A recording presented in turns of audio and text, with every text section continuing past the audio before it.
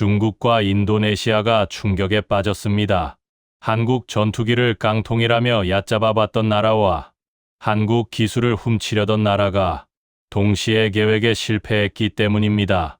그동안 KF-21은 국내에서조차 쓰레기, 돈만 날린 사업이라는 소리를 들었습니다.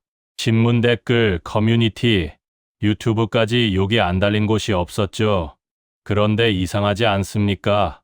정말 쓸모없는 전투기라면 중국이 왜 비상이 걸렸고 인도네시아는 왜 갑자기 말을 바꿔 한국에게 애원했을까요? 수천 개의 욕설 댓글, 끝없는 폄하 발언 비웃음들 알고 보니 그 말들이 한국이 기술을 숨기기 위해 의도적으로 만든 연막이었습니다. 껍데기만 보고 달려든 쪽은 속수무책이었고 뒤에서 기술을 노리던 쪽은 발을 빼지도 못한 채 걸려버렸죠. 한국은 끝까지 침묵했습니다. 하지만 어느 순간 그 침묵의 이유가 드러나면서 판은 완전히 뒤집힙니다. 도대체 한국은 무엇을 숨겼고 왜 중국과 인도네시아가 동시에 흔들리기 시작했을까요? 지금부터 그 속사정을 차근차근 풀어보겠습니다. 안녕하세요. 저는 라울 베넷이라고 합니다. 런던에 본사를 둔 민간 정보 분석 회사에서 아시아 구역을 맡고 있는 선임 분석가이며 지금은 싱가포르 지부에서 군사 거래와 자금 흐름을 숫자로 추적하는 일을 하고 있습니다. 저는 감정이나 애국심 같은 것을 믿지 않고 기록과 수치만을 믿습니다. 국가가 전쟁 준비를 하는지 아니면 방산 계약으로 판을 뒤집으려는지 그 조짐은 늘 돈의 움직임에서 먼저 튀어나오기 때문에 저는 뉴스보다 계좌와 물류와 통신량을 먼저 봅니다. 그런데 KF-21을 둘러싼 흐름은 시작부터 상식과 정반대였습니다. 한국 안에서는 깡통이라는 말이 돌아다니고 성능은 별거 없다는 조롱이 쏟아지는데 동남아 국가 쪽에서는 전혀 다른 움직임이 동시에 올라오고 있었기 때문입니다. 말레이시아 쪽에서는 예산 배정, 문서의 항목 이름이 바뀌었고 필리핀 쪽에서는 도입 절차를 앞당길 수 있는 내부 검토 기록이 늘어났으며 태국과 베트남 쪽에서도 한국과의 접촉 빈도가 평소보다 뚜렷하게 많아졌습니다. 저는 처음에 이걸 단순한 소문 장사라고 판단했습니다. 요즘 방산 시장은 한 장의 기사와 한 줄의 루머로도 가격이 뛰고 외교 일정이 바뀌는 곳이라서 한국에서 자국 비하가 심한 것은 문화적 현상일 수도 있고 한국형 전투기라는 말 자체가 과장일 수도 있다고 생각했습니다. 하지만 며칠을 지켜보는 동안 수치가 계속 쌓였고 그 수치들이 하나의 방향으로만 움직인다는 점에서 그냥 헛소문이라고 치부하기가 어려워졌습니다. 가장 먼저 이상했던 것은 일정의 속도였습니다. 보통 큰 무기 거래는 장관급 회담이 먼저 공개되고 그 다음에 실무 협상이 이어지는데 이번에는 반대로 실무 접촉이 먼저 폭증한 뒤에 뒤늦게 기사 한 줄이 따라붙는 패턴이 반복됐습니다. 한국을 방문하는 항공편 예약 패턴도 특이했는데 정규 노선 예약이 아니라 외교 채널로 좌석을 묶는 방식이 여러 차례 확인됐고 그 대상에 한국항공산업단지와 관련된 동선이 섞여 있었습니다. 두 번째는 한국 온라인 여론의 모양이었습니다. 저는 번역 시스템으로 한국의 댓글 흐름을 분 단위로 분석하는데 KF-21에 붙는 조롱 문장들이 이상할 정도로 비슷한 구조를 가지고 있었습니다. 그냥 못 만들었다는 한탄이 아니라 스텔스가 없다, 레이더가 구형이다, 내부 무장창이 없다 같은 핵심 단어를 꼭 찍어서 부정하는 방식이었습니다. 기술이 정말 없으면 그런 단어를 굳이 꺼낼 필요가 없습니다. 그 단어를 꺼낸 순간부터 사람들의 머릿속에 바로 그 기능이 떠오르기 때문입니다. 그날 밤 저는 관성대로 결론을 내려놓고 보고서를 다으려 했습니다. 한국이든 어느 나라든 대부분의 내부 여론은 과장되고 시장은 냉정하니 결국엔 숫자만 보면 된다고 생각했기 때문입니다. 그런데 화면 한쪽에서 자금 이동 경보가 울렸고 그 경보가 가리킨 방향은 동남아 국가 쪽의 국방 관련 계정들이었습니다. 그 경보를 처음 봤을 때 저는 시스템 오류라고 생각했습니다. 평소 대비 변동폭이 너무 컸기 때문입니다.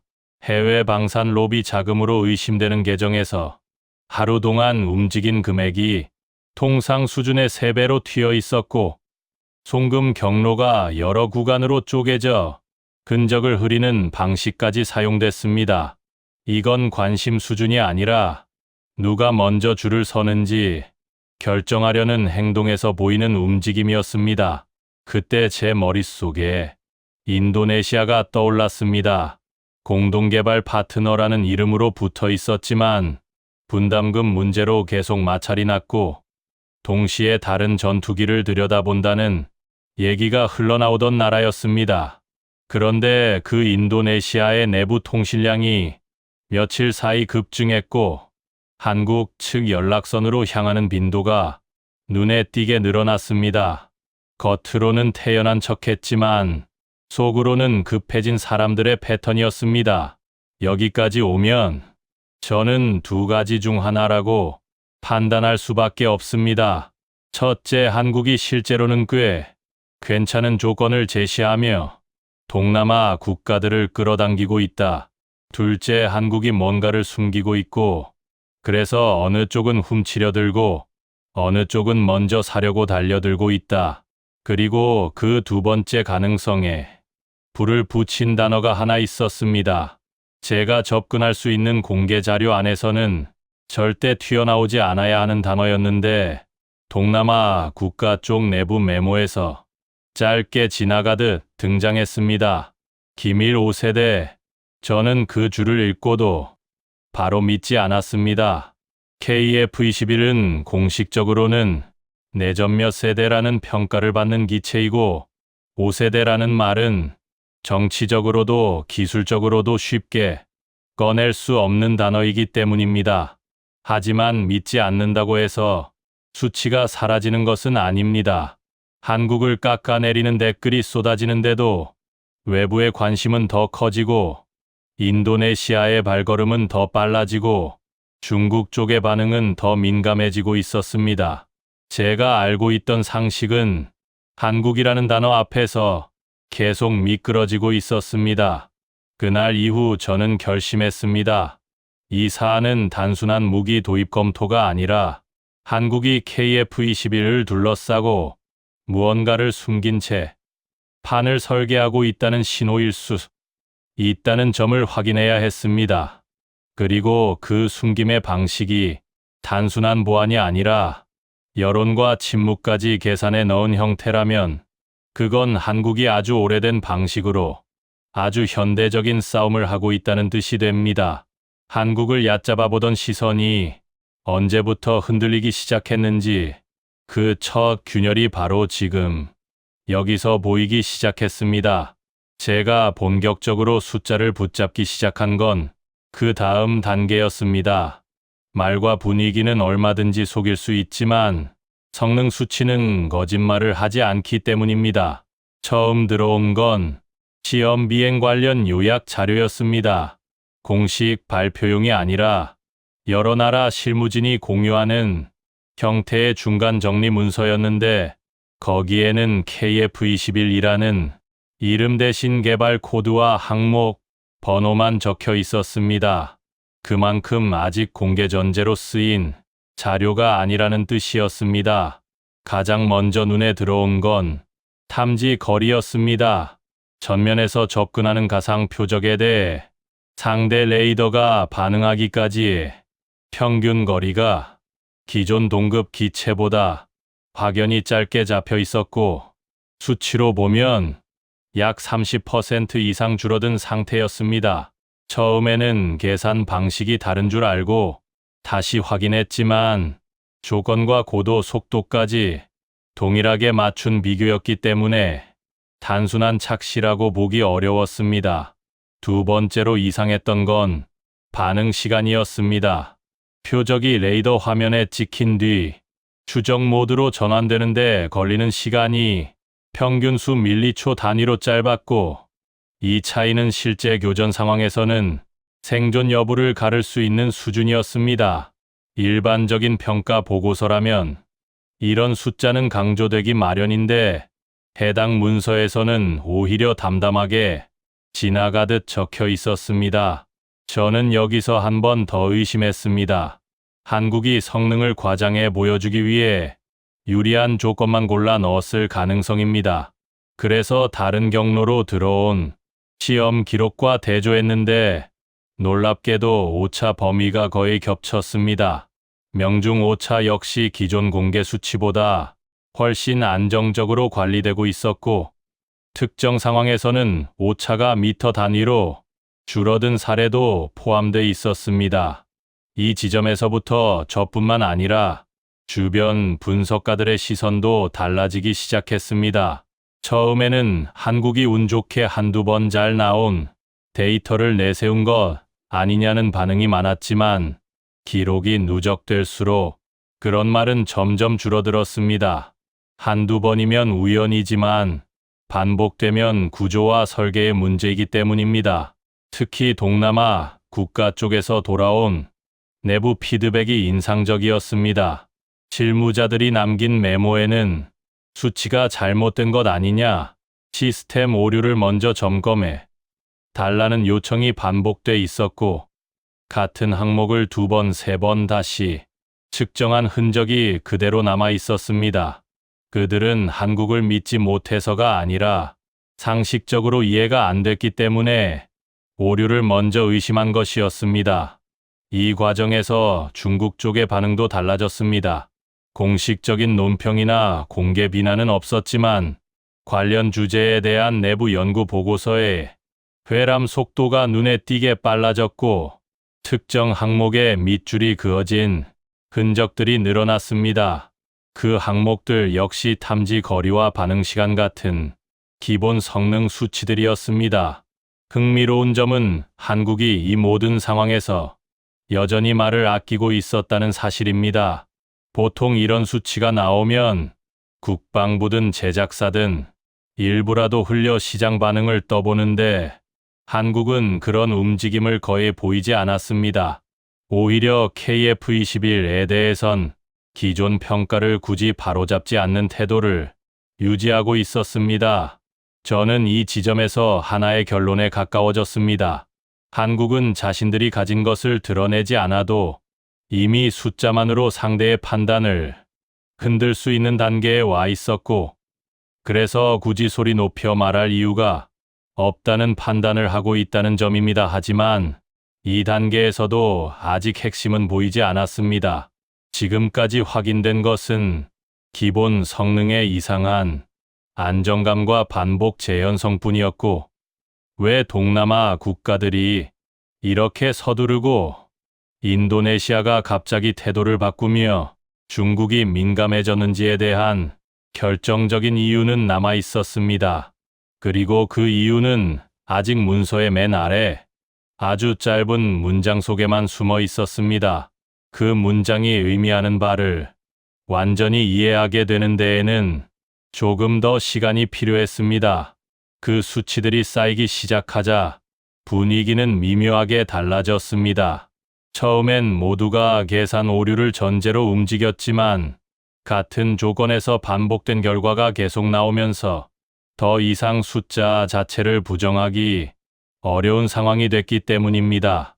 특히 문제로 지적됐던 건 사전 탐지 거리와 반응 시간의 조합이었습니다. 보통 한쪽이 좋아지면 다른 쪽에서 손해가 나기 마련인데 KF-21은 두 항목이 동시에 안정적으로 유지되고 있었습니다. 탐지 거리가 짧아진 상황에서도 추적 유지가 끊기지 않았고 반응 시간 역시 환경 변화에 크게 흔들리지 않았습니다. 이 지점에서 여러 나라, 분석팀이 공통적으로 멈췄습니다. 기존 내전 몇 세대 기준으로는 설명이 안 되는 영역이었기 때문입니다. 레이더 성능만으로는 이 수치가 나올 수 없고 전자전 장비 하나로도 이 정도의 안정성을 만들기 어렵다는 결론이 나왔습니다. 그래서 모두가 같은 질문을 던지기 시작했습니다. 이 결과를 만들어낸 주체가 무엇이냐는 질문이었습니다. 동남아 국가 쪽에서 먼저 변화가 나타났습니다. 처음엔 가격과 납기 일정 위주로 흘러가던 논의가 어느 순간부터 운용 구조와 데이터 처리 방식으로 옮겨갔습니다. 단순히 전투기를 들여오는 문제가 아니라 이 기체가 어떤 체계 안에서 움직이는지를 이해하려는 접근이 늘어났습니다. 그 과정에서 흥미로운 반응이 나왔습니다.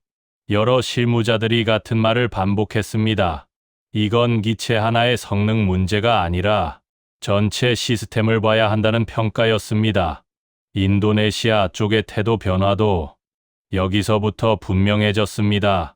공동개발이라는 위치에 있었음에도 불구하고 내부 검토 문서에서는 접근 가능한 기술 범위를 다시 따져야 한다는 표현이 등장하기 시작했습니다.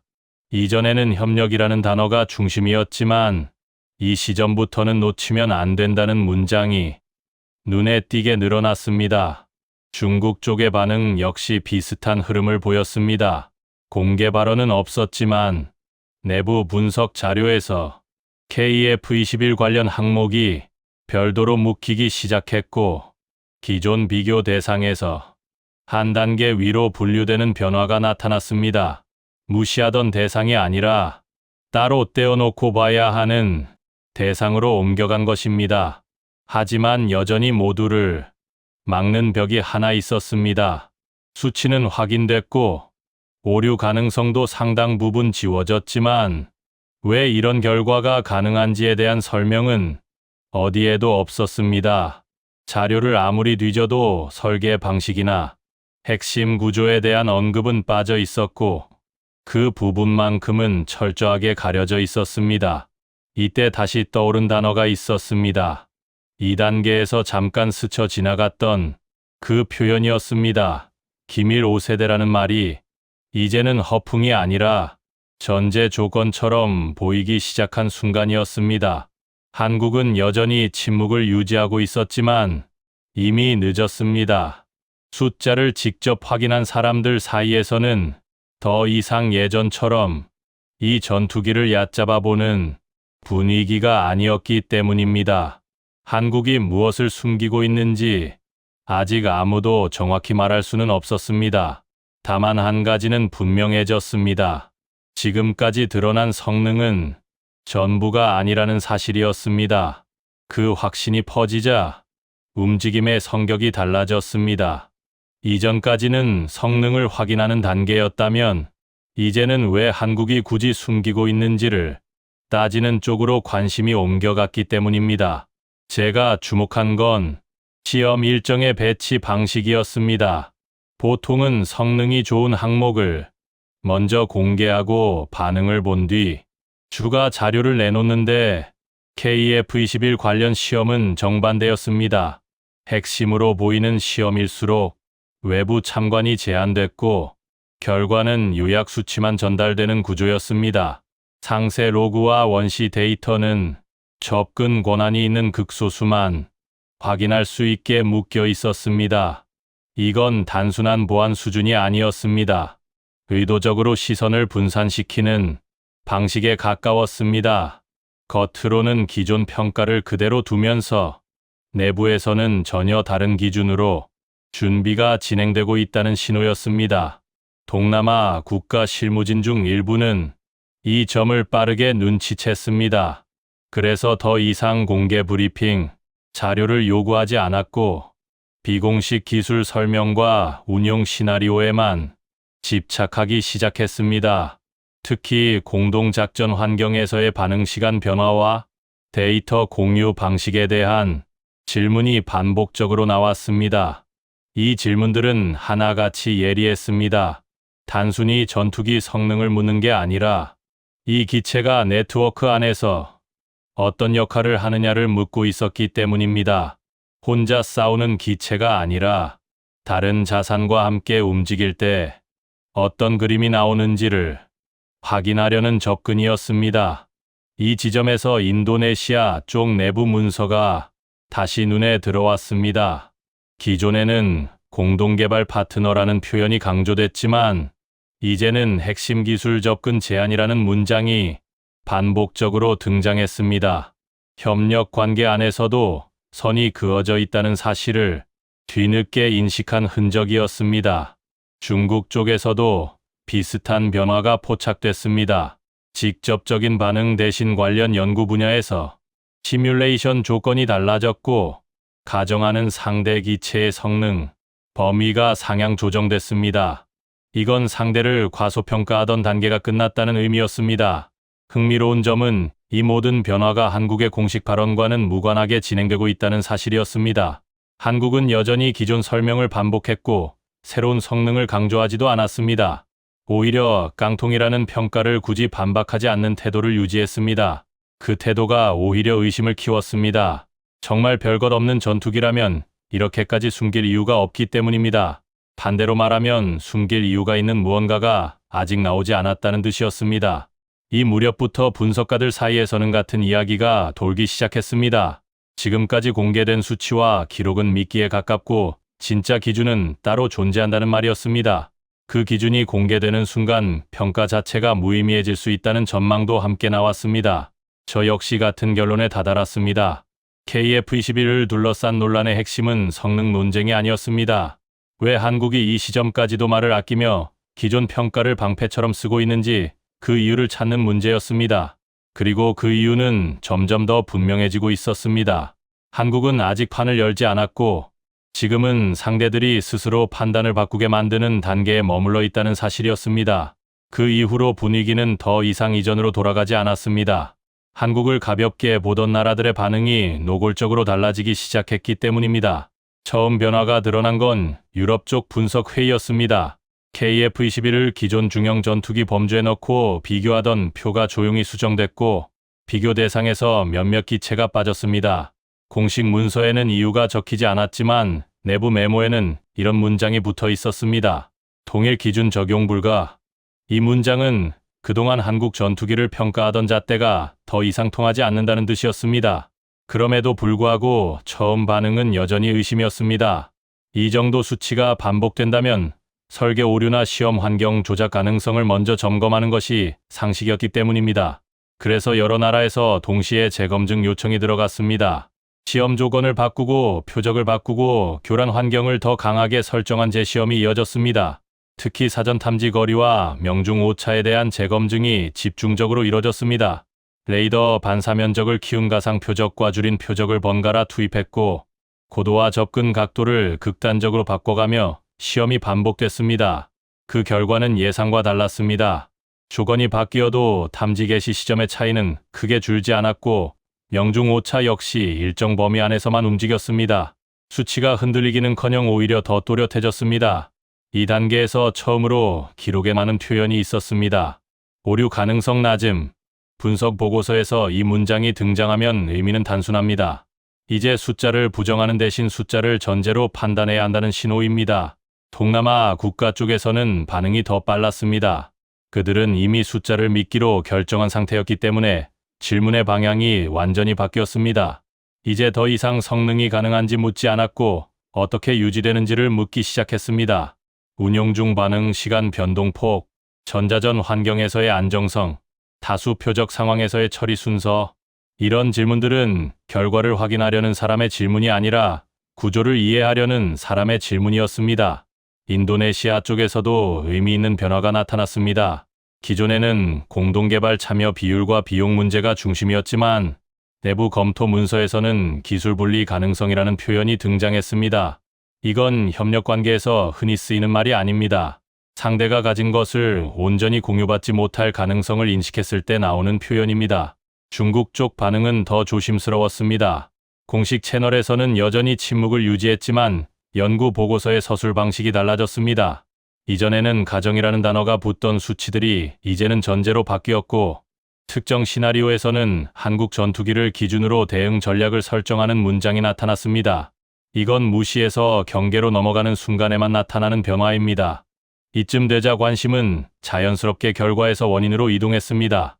왜 이런 수치가 나오는지, 어떤 설계 철학이 이런 안정성을 만드는지, 그리고 왜 한국은 이 부분을 끝까지 설명하지 않는지에 대한 질문이 동시에 쏟아졌습니다. 분석가들 사이에서는 하나의 공통된 판단이 굳어지기 시작했습니다. 지금까지 공개된 수치들은 완성형이 아니라 기준점일 가능성이 높다는 점이었습니다. 이 정도 성능이 반복적으로 나온다면 그 위에 더 얹혀질 구조가 존재할 수밖에 없다는 결론이었습니다. 이 흐름 속에서 가장 놀라웠던 건 한국의 태도였습니다. 이 정도 반응이 나오면 보통은 추가 정보를 흘리거나 평가를 정정하려는 움직임이 나오기 마련인데 한국은 여전히 조용했습니다. 기존 설명을 그대로 유지했고 새로운 수치를 강조하지도 않았습니다. 그 침묵은 더 이상 무관심으로 보이지 않았습니다. 숫자를 통해 상대의 시선을 바꾸고도 아무 말 하지 않는 태도는 이미 다음 단계를 준비하고 있다는 신호로 익히기 시작했습니다. 이제 사람들은 묻게 됐습니다. 이 정도 기록이 쌓였는데도 아직 드러나지 않은 영역이 있다면 한국은 대체 어디까지 계산해 놓은 것인가? 그리고 그 질문이 나오기 시작했다는 사실 자체가 이미 판이 한국 쪽으로 기울고 있다는 증거였습니다. 그 질문이 퍼지자 바깥쪽에서 더 노골적인 반응이 나오기 시작했습니다. 이전에는 군사 전문 매체나 분석가들만 조용히 보던 문제였는데 이제는 정부 실무라인과 방산업계가 같은 방향으로 움직이면서 흔적이 남기 시작했기 때문입니다. 가장 먼저 바뀐 건 태도였습니다. 한국은 미국 도움 없으면 못한다는 말을 입에 달고 살던 쪽에서 갑자기 한국을 단독으로 묶어서 따로 평가하기 시작했고 그 평가 문서의 전제가 바뀌었습니다. 한국은 따라가는 나라가 아니라 특정 영역에서 먼저가 있을 수도 있다는 문장이 들어가면서부터 회의 분위기가 달라졌고 한국을 얕보던 사람들조차 그 문장을 지우지 못했습니다. 여기서 중요한 건 칭찬이 아니라 두려움이었습니다. 한국이 저런 수치를 숨기고도 아무 말이 없다는 점이 더 불편하게 작용했기 때문입니다. 그 불편함은 곧바로 숫자 집착으로 이어졌습니다. 사전 탐지 거리와 반응 시간이 이상하다는 정도로는 부족했고 이제는 왜 그런 수치가 나오는지 기술적 원인을 찾으려는 검증이 본격적으로 붙었습니다. 여러 나라에서 동시에 같은 방식의 재검증을 걸었는데 가장 흔한 방식은 입력 데이터를 바꿔 다시 돌리는 것이었습니다. 표적의 레이더 반사 면적을 키우고 줄이고 접근 방향을 바꾸고 전자전 교란을 더 강하게 걸어 수치가 흔들리는지 확인하는 과정이 반복됐습니다. 이런 재검증에서 보통은 어느 순간 수치가 무너집니다. 시험 환경이 조금만 바뀌면 결과가 흔들리면서 이것은 특별한 조건에서만 나오는 수치구나 하는 결론으로 돌아가게 됩니다. 그런데 KF-21 관련 기록은 그 기대를 계속 빗나갔습니다. 교란을 강하게 걸어도 반응 시간 증가, 폭이 과하게 튀지 않았고 추적 유지가 쉽게 끊기지도 않았습니다. 여기서 다시 오류 의심이 터졌습니다. 이 정도면 장비가 아니라 기록 방식이 잘못된 것 아니냐는 말이 나왔고 일부는 데이터가 편집된 것 아니냐는 주장까지 꺼냈습니다. 그래서 그들은 결과표가 아니라 원시 로그를 요구했습니다. 진짜 숫자를 믿지 못할 때 사람들이 하는 행동이 바로 이겁니다. 표를 부정할 수 없으면 원본을 가져오라는 방식으로 파고들기 시작합니다. 이 시점부터 한국과 외국의 온도 차가 더 선명해졌습니다. 한국은 여전히 기존 평가를 그대로 두고 있었고 공식적으로는 KF-21을 내전 몇 세대의 한국형 전투기라고 설명하는 수준을 유지했습니다. 그런데 외국 쪽 회의록에서는 다른 단어가 반복됐습니다. 기밀, 그리고 5세대, 기밀 5세대라는 조합이 문서에서 보이기 시작한 건 여기서부터였습니다. 처음엔 누군가의 과장으로 보였던 말이 수치가 쌓이자 의심이 아니라 가정으로 바뀌었고 가정이 반복되자 전제가 되었습니다. 동남아 국가들의 반응도 더 구체적으로 변했습니다. 단순 도입 검토가 아니라 운용 교리까지 묻기 시작했고 그 질문의 수준이 달라졌습니다. 단독 교전에서의 성능이 아니라 다수 표적 상황에서의 처리 순서가 어떻게 되는지 같은 질문이 늘어났고 한 번에 몇 개 표적을 동시에 붙잡을 수 있는지 같은 항목이 회의에서 반복됐습니다. 어떤 자료에는 동시에 20개 안팎 표적을 추적하는 시나리오가 언급되었는데 이 부분은 공식 발표로 확인된 수치라고 단정할 수는 없습니다. 확실하지 않음. 다만 그들이 그런 질문을 꺼내기 시작했다는 사실만으로도 흐름은 충분히 익혔습니다. 사람들은 이제 KF-21이 되냐 마냐를 묻지 않고 어디까지 되냐를 묻고 있었기 때문입니다.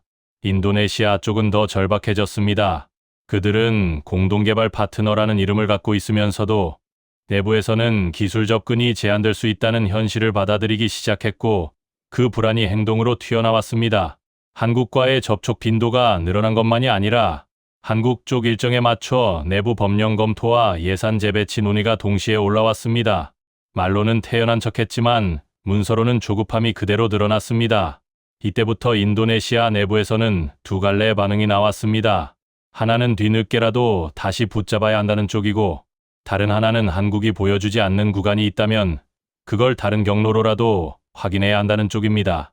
이 두 번째 반응이 위험한데 돈이 늦으면 손이 빨라진다는 사실을 저는 너무 많이 봐왔기 때문입니다. 중국 쪽 반응은 더 노련했습니다. 큰 소리를 내지 않았고 대신 계산을 바꿨습니다. 관련 시뮬레이션 조건을 조정하면서 상대 기체의 반응 시간을 더 빠르게 가정하기 시작했고 탐지 거리 격차가 줄어드는 조건을 찾기 위해 교란과 회피 기동의 조합을 바꾸는 방식으로 대응했습니다. 한국을 무시하던 단계에서는 이런 수고를 하지 않습니다. 수고를 시작했다는 것 자체가 이미 인정이 시작됐다는 뜻입니다. 여기서 또 하나의 변화가 있었습니다. 관심이 결과에서 원인으로 옮겨가는 속도가 더 빨라졌습니다. 처음엔 성능이 좋다 나쁘다 같은 평가였는데 이제는 한국이 어떤 시스템을 어디까지 묶어놨길래 이런 수치가 나오는지로 질문이 바뀌었습니다. 이 질문은 단순히 전투기 하나의 문제를 넘어갑니다. 한국이 전투기만 만든 게 아니라 전투기의 눈과 귀와 판단 과정을 함께 엮어버렸을 가능성을 의심하는 질문이기 때문입니다. 그 의심은 곧바로 특정 항목으로 모였습니다. 레이더와 적외선 탐지 장비가 함께 작동할 때 추적이 얼마나 길게 유지되는지에 대한 질문이었습니다. 일부 자료에는 적외선 기반 추적이 수십 킬로미터를 넘는 조건에서도 안정적으로 유지된다는 언급이 있었는데 이 역시 공식 수치로 확인된 것은 아닙니다. 확실하지 않음. 하지만 중요한 건 여기서도 똑같습니다. 그들은 이제 한국이 가진 센서가 어느 정도인지가 아니라 한국이 그 센서를 어떤 방식으로 묶었는지를 캐묻고 있었습니다. 이런 흐름이 계속되자 외국 언론의 말투도 바뀌기 시작했습니다. 처음에는 한국이 홍보를 잘한다는 식의 조롱이 많았는데 어느 순간부터는 한국이 왜 조용한지를 분석하는 기사가 늘었습니다. 조용하다는 건 없다는 뜻이 아니라 숨긴다는 뜻일 수 있다는 문장이 붙기 시작했고 그 문장이 붙은 순간부터 여론은 되돌리기 어려워집니다. 사람들은 스스로 퍼즐을 맞추기 시작하기 때문입니다. 저는 이 과정에서 확실히 느꼈습니다.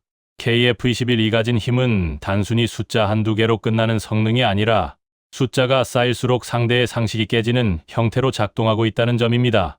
처음엔 오류라고 우기며 웃던 사람들이 재검증을 거치고도 같은 결과를 보자 입을 다물고 계산을 다시 하는 모습으로 바뀌었고 그 변화가 여러 나라에서 동시에 벌어졌습니다. 한국은 여전히 입을 닫고 있었지만 이미 판은 움직이고 있었습니다. 동남아 국가들은 서두르기 시작했고 인도네시아는 조급해졌으며 중국은 조용히 대응을 바꿨습니다. 그리고 모든 질문이 한 곳으로 향하고 있었습니다. 한국이 끝까지 가리고 있는 그 원인이 드러나는 순간 지금까지의 평가가 한꺼번에 무너질 수 있다는 불길한 예감이 곳곳에서 동시에 커지고 있었습니다.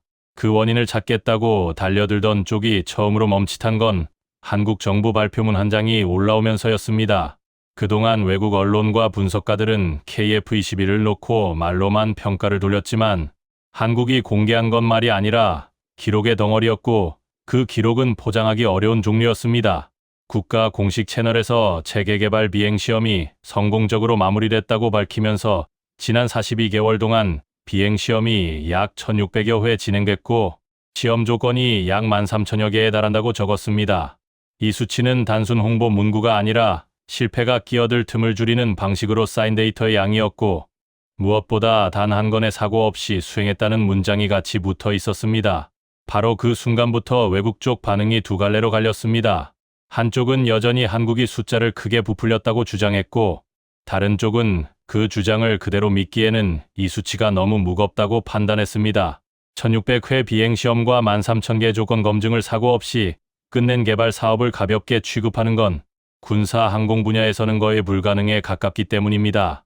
시험이란 결국 위험을 안고하는 것인데 위험이 그 정도 규모로 누적됐는데도 사고가 없었다면 최소한 개발, 통제 능력과 품질 관리 능력만큼은 이미 상위권이라는 뜻이 됩니다.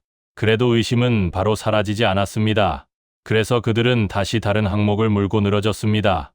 시험 횟수는 많아도 성능이 기대 이하일 수 있다는 논리였고, 이 논리를 증명하려면 결국 다시 성능 수치로 돌아갈 수밖에 없습니다. 그들은 탐지 거리와 반응 시간 기록을 다시 가져와서 이번에는 조건의 진짜 강도를 확인하려고 했습니다. 단순한 순항 조건이 아니라 고기동 상황에서 값이 어떻게 흔들리는지, 전자 방해가 걸릴 때 추적이 얼마나 유지되는지 같은 항목이었습니다. 여기서 또 하나의 공식 단서가 튀어나왔습니다. 공군 지휘부가 직접 KF-21에 탑승해 시험 비행을 하며 국산 능동 이상 배열 레이더의 최대 탐지 거리를 실시간으로 확인했다는 보도가 나왔고, 탐지 거리는 수백 킬로미터 수준으로 추정된다는 내용이었습니다. 정확한 수치는 군사 기밀이라 공개되지 않았기 때문에 이 부분은 추정입니다.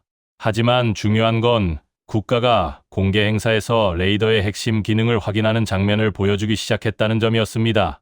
그동안 조용하던 한국이 이제는 기록으로 밀어붙이기 시작한 것입니다.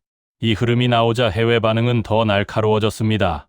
이제는 한국이 없다 하던 걸 갑자기 과시한다고 말하는 사람이 나왔고, 또 다른 쪽에서는 그게 과시가 아니라 계산된 공개라고 보기 시작했습니다. 왜냐하면 한국이 내놓은 건 자랑이 아니라 확인 가능한 문서와 절차였기 때문입니다. 국산 레이더의 양산 계약이 공시로 올라온 사실만 봐도 이걸 단순 시제품 쇼로 몰아가기는 어려웠습니다. 동남아 국가들의 태도는 여기서 확 바뀌었습니다. 이전까지는 한국이 숨긴 게 무엇인지 캐묻는 수준이었다면 이제는 한국이 공개한 범위만으로도 충분히 위험하다고 판단한 듯했고, 그래서 질문이 더 현실적으로 바뀌었습니다. 전투기 자체의 가격 흥정이 아니라 언제 받을 수 있는지, 어떤 무장을 어떤 순서로 붙일 수 있는지, 그리고 자국 운용 체계와 맞추려면 어떤 권한이 필요한지 같은 질문으로 넘어갔습니다. 이런 질문은 한국을 무시하던 사람들이 절대 하지 않습니다. 살 생각이 없으면 납기와 통합을 묻지 않기 때문입니다. 인도네시아의 반응은 그보다 더 거칠었습니다. 공동개발 파트너라는 이름이 있었음에도 불구하고 이제는 그 이름이 보호막이 아니라 족쇄가 될 수 있다는 위기의식이 튀어나왔습니다. 왜냐하면 한국이 기밀 5세대라는 말이 흘러나오는 구간을 끝까지 가리고 있는 상황에서 인도네시아가 접근할 수 있는 범위가 제한될 가능성이 커졌기 때문입니다. 그래서 그들은 공개적으로는 태도를 유지하면서도 내부에서는 한국과의 접촉 창구를 늘리고 우회로를 찾으려는 움직임을 동시에 보였습니다. 중국 쪽은 더 계산적이었습니다. 한국을 깎아내리던 표현이 사라지고 대신 자료의 신뢰도를 깨려는 방향으로 바뀌었습니다. 시험 데이터가 많으면 많을수록 조작 가능성은 줄어드는데 그들은 그 사실을 잘 알고 있었습니다. 그래서 성능을 부정하기보다는 한국이 공개하지 않은 원인을 찾는 쪽으로 관심을 옮겼습니다. 이 변화는 의미가 큽니다. 결과를 비웃던 단계에서는 상대를 무시할 수 있지만 원인을 파고드는 단계에 들어가면 이미 인정이 시작된 것이기 때문입니다. 그렇게 세계의 시선이 결과에서 원인으로 이동하는 순간 KF-21을 둘러싼 판의 중심이 바뀌었습니다. 이제는 한국이 얼마짜리 전투기를 파느냐가 아니라 한국이 무엇을 기밀로 묻고 왜 그걸 아직 공개하지 않느냐가 핵심이 됐습니다. 그리고 그 질문이 커질수록 한국에게 유리해졌습니다. 상대가 스스로 의심을 지우고 스스로 평가를 올리며 스스로 다음 장을 요구하는 구조로 들어갔기 때문입니다. 그때부터 저는 확신했습니다. 한국이 숨긴 비장의 무기는 단순히 전투기 한 대가 아니라 국가가 공식 기록과 절차로 증명해버린 개발 능력 그 자체이며 그 능력의 끝에서 기밀 5세대라는 단어가 현실로 이어질 수 있다는 가능성입니다. 이 가능성이 실제로 어디까지인지가 드러나는 순간부터는 더 이상 조롱이나 깡통 같은 말로 되돌아갈 수 없습니다. 그때 한국이 처음으로 조용한 방식으로 판을 열었습니다.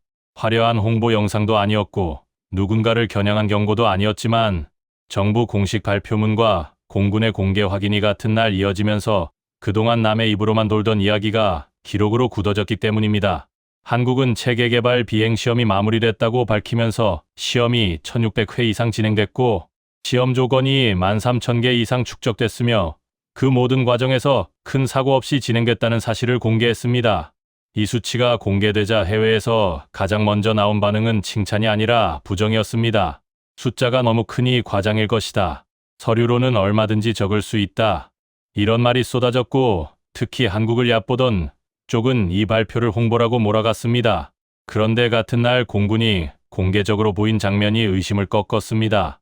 지휘부가 KF-21 시험 비행 과정에 참여해 국산 능동위 상배열 레이더 운용을 직접 확인했다는 내용이 공개되면서 이제는 말로 우길 구멍이 줄어들었기 때문입니다. 정확한 탐지 수치는 군사 기밀이라 공개되지 않았지만 핵심은 수치를 말한 것이 아니라 국가가 공식적으로 확인 절차를 보여줬다는 점이었습니다. 서류만 남긴 것이 아니라 절차와 책임의 형태로 남긴 것입니다. 그래도 외국 실무진은 마지막으로 한 번 더 오류를 의심했습니다. 그들은 숫자를 믿고 싶지 않았고 그래서 가장 거친 방식으로 검증을 걸었습니다. 한국이 말한 기록이 실제 현장 기록과 맞물리는지 확인하려고 시험 일정과 정비 주기 부품 교체 기록 인력 이동 흐름을 동시에 대조했고 만약 조작이라면 어딘가에서 끊겨야 하는 구간을 찾았습니다. 그런데 끊기지 않았습니다. 오히려 너무 자연스럽게 이어졌습니다. 시험 횟수가 많은 사업은 기록이 깔끔하게 정리되지 못하는 경우가 흔한데 KF-21 관련 흐름은 정비와 시험과 데이터 정리가 같은 속도로 굴러가고 있었고 이건 현장 관리가 제대로 돌아갈 때만 가능한 모양새였습니다. 그제서야 해외 반응이 달라졌습니다. 한국이 숫자를 부풀린 게 아니라 숫자를 쌓은 것이다. 이 문장이 내부 회의록에 등장하는 순간부터 조롱은 설 자리가 없어집니다. 동남아 국가들의 태도는 여기서 결론으로 넘어갔습니다. 이전까지는 한국이 숨긴 게 무엇인지 묻는 질문이 많았지만 이제는 한국이 공개한 범위만으로도 충분히 위험하다는 판단이 먼저 굳어졌기 때문입니다. 그래서 문서의 표현이 바뀌었습니다. 검토라는 말이 사라지고 도입 전제라는 말이 들어갔습니다. 가격을 깎기 위한 질문이 줄고 납기와 훈련, 무장 통합과 정비 체계에 대한 질문이 늘었습니다. 살 마음이 없으면 절대 묻지 않는 질문들입니다. 그 순간 인도네시아는 가장 거칠게 흔들렸습니다. 공동개발 파트너라는 이름이 있었는데도 정작 핵심 구간이 기밀로 묶일수록 그 이름이 방패가 아니라 한계로 작동할 수 있다는 현실이 드러났기 때문입니다. 그들은 태연한 척할 수가 없었습니다. 동남아 국가들이 한꺼번에 한국 쪽으로 기울면 생산 우선순위와 협상 주도권이 바뀌고 그 변화는 되돌리기 어렵습니다. 그래서 인도네시아는 말부터 바꿨습니다. 지금까지는 기다린다며 여유를 보이던 태도가 급히 협의가 필요하다는 표현으로 바뀌었고 내부에서는 접근 범위를 다시 확보해야 한다는 문서가 쏟아졌습니다. 기술을 함께 만들던 위치에서 기술을 구걸하는 위치로 밀릴 수 있다는 공포가 행동으로 지켜나온 것입니다. 중국 쪽 반응은 더 조용했지만 더 무거웠습니다. 공개 비난은 줄고 대신 내부의 계산이 바뀌었습니다. 한국을 낮은 수준으로 가정한 시뮬레이션이 폐기되고 한국이 공개하지 않은 구간을 전제로 대응을 짜는 문서가 기본값이 됐습니다. 이건 인정이 아니라 사실상 패닉입니다. 상대가 무엇을 숨기고 있는지 모르는 상태에서 대응을 준비하는 것은 주도권을 내준 채 시작하는 싸움이기 때문입니다. 이때서야 처음에 보였던 수천 개의 욕설 댓글이 다른 의미로 보이기 시작했습니다. 깡통 전투기라는 말, 돈만 날린 사업이라는 조롱, 그 모든 말이 실패의 흔적이 아니라 의도적으로 만든 연막이었다는 결론이 자연스럽게 굳어졌습니다. 한국은 끝까지 큰 소리 치지 않았고 대신 기록을 쌓아 상대가 스스로 고개를 숙이게 만들었습니다. 여기까지가 결말입니다. 중국은 민감하게 반응할 수밖에 없었고 인도네시아는 발을 빼려다 오히려 더 깊게 흔들렸으며 동남아 국가는 조용히 선택을 끝냈습니다. KF-21을 둘러싼 논쟁은 성능 논쟁으로 끝난 게 아니라 한국이 기밀 5세대를 왜 뒤로 숨겼는지 그 이유가 드러나는 방식으로 마무리됐고 그 순간부터 판은 되돌릴 수 없는 방향으로 뒤집혔습니다. 총 한 발 없이 말 한마디 크게 하지 않고도 한국이 조용히 이기는 장면이 이렇게 완성됐습니다.